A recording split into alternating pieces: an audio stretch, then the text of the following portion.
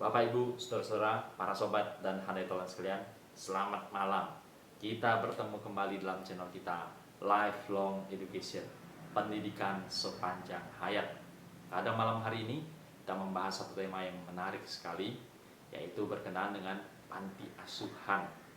Kita tahu bahwa ada beberapa sebutan untuk tempat seperti itu. Misalnya rumah yatim piatu, dan panti asuhan. Nah, dari awal mula lahirnya panti asuhan terus berkembang dari zaman ke zaman sampai dengan saat ini.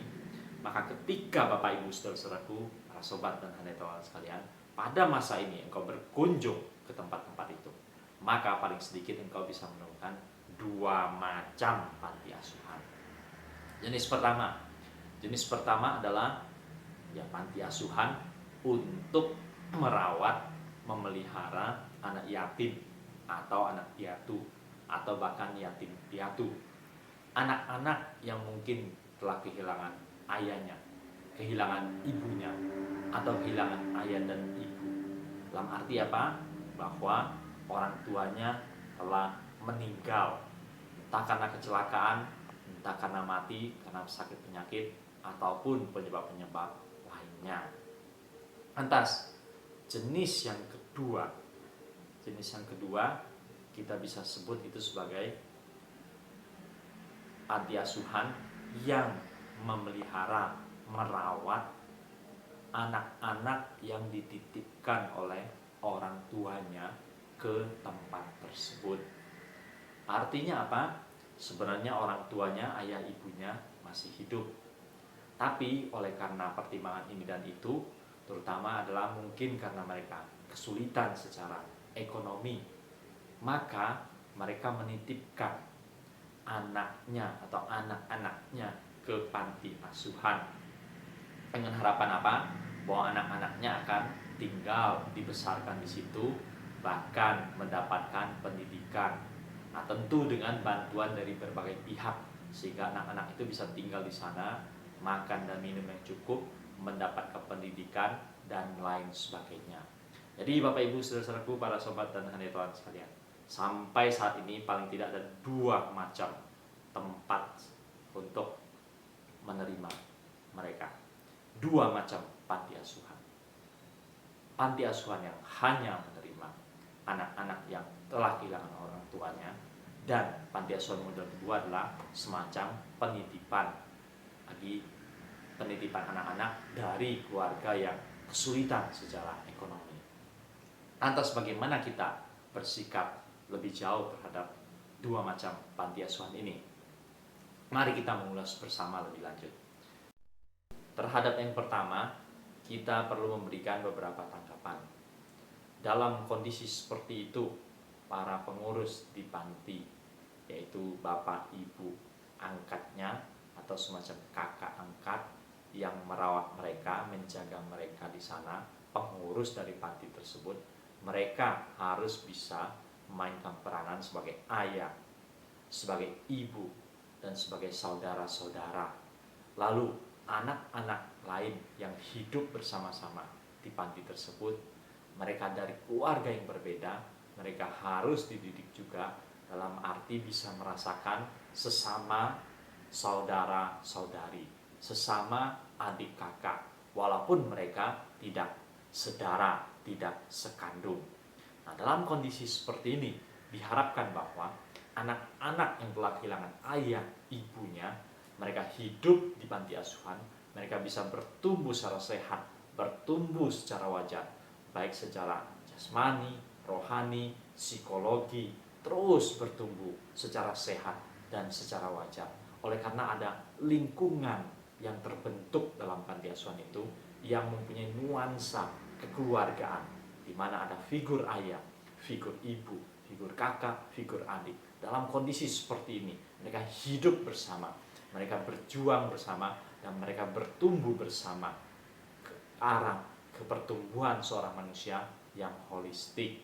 Biarlah panti-panti asuhan yang menerima anak-anak yang telah kehilangan ayah dan ibunya bisa memperhatikan faktor-faktor ini. Jadi jangan berhenti hanya sekedar di faktor makan dan minum, dan kesehatan jasmani, tapi faktor psikis, faktor rohani, biar ini mendapat perhatian yang memadai.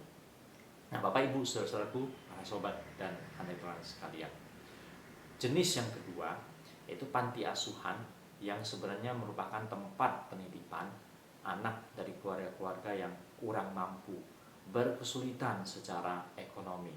Mungkin mereka telah bekerja keras, berupaya mencari nafkah, tapi tetap minim sekali. Maka mereka akhirnya memilih dan menemukan jalan mengirim anak kandungnya dititipkan di panti asuhan. Dalam kondisi seperti ini, pada umumnya tentu tidak terlalu kecil. Artinya apa? Mungkin sudah usia SD atau belum masuk sekolah dasar. Ada juga yang sudah usia SMP, bahkan usia SMU. Mereka dititipkan ke sana. Nah, dalam kondisi seperti ini, anak-anak tersebut akan mendapatkan pertolongan yang layak secara ekonomi, lalu makan dan minum, tempat tinggal, dan juga tentunya pendidikan. Nah, pada umumnya panti asuhan seperti ini akan mengupayakan anak-anak tersebut untuk mencapai pendidikan minimal SMP, atau lebih baik lagi sebenarnya adalah sampai tingkat SMU. Minimal mencapai pendidikan sampai tingkat SMU. Setelah itu mungkin mereka akan dikembalikan pada orang tuanya atau terjun ke masyarakat, bekerja, mencari nafkah sebagaimana masyarakat umum pada umumnya.